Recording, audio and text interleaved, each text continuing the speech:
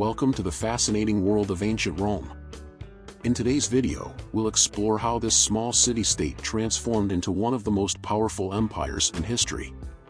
We'll dive into the key moments, people, and events that made Rome rise to dominance, shaping the course of history. The story of Rome begins in 753 BC, according to Roman legend, with the founding of the city by the twin brothers Romulus and Remus. Raised by a she-wolf, Romulus eventually became the first king of Rome after he killed his brother, marking the start of what would become one of the greatest civilizations the world has ever known. While the exact details of Rome's early founding remain a mix of myth and reality, it's clear that Rome's strategic location on the banks of the Tiber River played a significant role in its rise. Surrounded by fertile lands and protected by mountains, Rome was in an ideal position to grow and expand.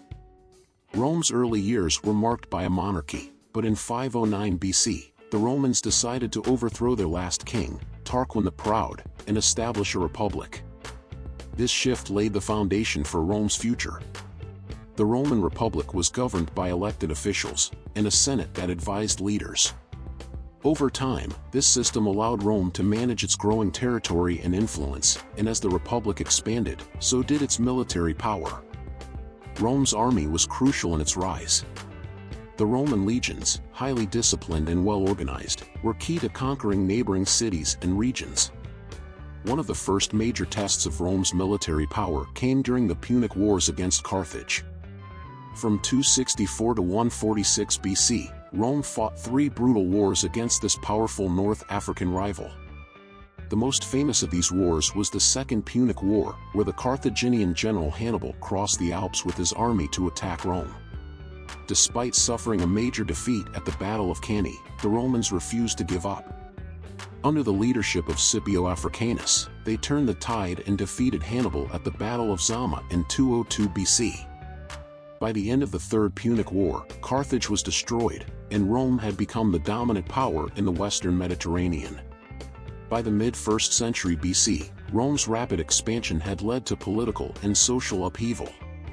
Powerful generals, such as Julius Caesar, began to challenge the authority of the Senate. Caesar's conquest of Gaul, modern-day France, in the 50s BC, made him immensely popular among the people and the army. But his rise to power sparked fears of dictatorship. In 49 BC, Caesar famously crossed the Rubicon River, defying the Senate, and marched toward Rome, triggering a civil war.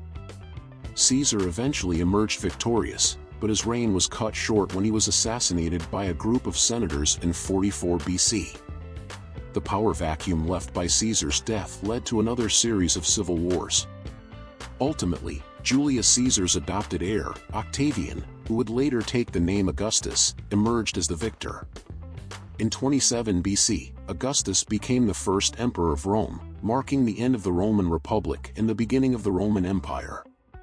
Augustus's reign brought stability and ushered in a period of unprecedented peace and prosperity known as the Pax Romana, or Roman peace. This period lasted for about 200 years and allowed Rome to expand even further, with its borders stretching from Britain to Egypt and from Spain to the Middle East. During the Pax Romana, Roman culture flourished. The Romans built roads, aqueducts, and monumental structures, many of which still stand today. The Romans were also master engineers, creating an advanced system of law and governance that would influence future generations. The empire's infrastructure allowed for the efficient movement of goods, soldiers, and ideas, which helped maintain Roman control over its vast territories. However, despite its achievements, the Roman Empire began to decline in the 3rd century AD. Political instability, economic problems, and external threats from barbarian tribes weakened the empire. In 476 AD, the Western Roman Empire officially fell when the last Roman emperor, Romulus Augustulus, was deposed by a Germanic chieftain named Odoacer. Though the Western Empire fell, the Eastern Roman Empire, known as the Byzantine Empire, continued to thrive for nearly another 1,000 years, with its capital in Constantinople, modern-day Istanbul. Rome's legacy, however, never truly disappeared. The language, culture, legal systems, and architectural innovations of Rome continued to shape modern civilization.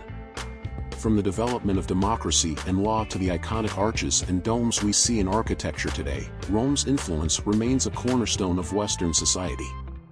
The rise of Rome is a story of ambition, resilience, and innovation, a story that transformed the ancient world and continues to echo through the centuries. Though the empire fell, the spirit of Rome lives on.